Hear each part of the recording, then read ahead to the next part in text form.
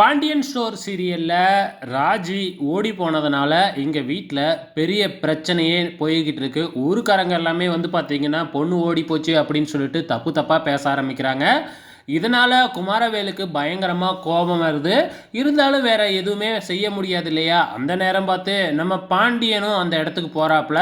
உடனே ஊர் மக்கள் எல்லாம் சேர்ந்து பாண்டியன்கிட்ட "பாத்தியா, இந்த பொண்ணு ஓடி போச்சே" அப்படின்னு சொல்லிட்டு பாண்டியன்கிட்டயே தப்பு தப்பா பேச ஆரம்பிக்கிறாங்க.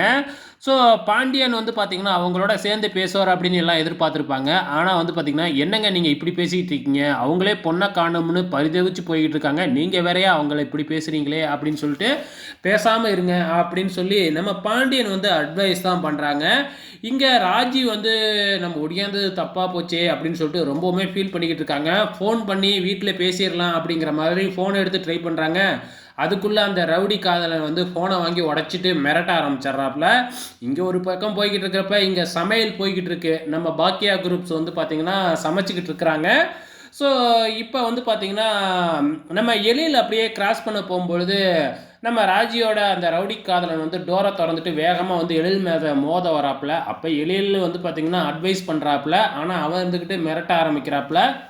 இப்படி ஒரு பக்கம் போய்க்கிட்டு இருக்கிறப்ப, கடைசியா மண்டபத்துல இருந்து மாப்பிள்ளை வீடே எங்க வீட்டுக்கு வந்துட்டாங்க. "என்னய்யா நடக்குது? பொண்ணையே காணோம். என்ன பண்ணி வச்சிருக்கீங்க? நீங்க எங்களோட வசதியில கம்மியா இருந்தாலும் நல்ல பொண்ணுன்னு தான் நாங்க கல்யாணம் பண்ணலாம்னு நெனச்சோம். இப்படியாப்பட்ட பொண்ணா இருக்கே!" அப்படின்னு சொல்லிட்டு, அவங்க வந்து பார்த்தீங்கன்னா, இங்க தப்பு தப்பா பேசுறாங்க. கடைசியா "முத்துவேல் இந்த கல்யாணம் நடக்காது. என்னைய மன்னிச்சிடுங்க" அப்படின்னு சொல்லிட்டு கையெடுத்தே கும்பிடுறாங்க.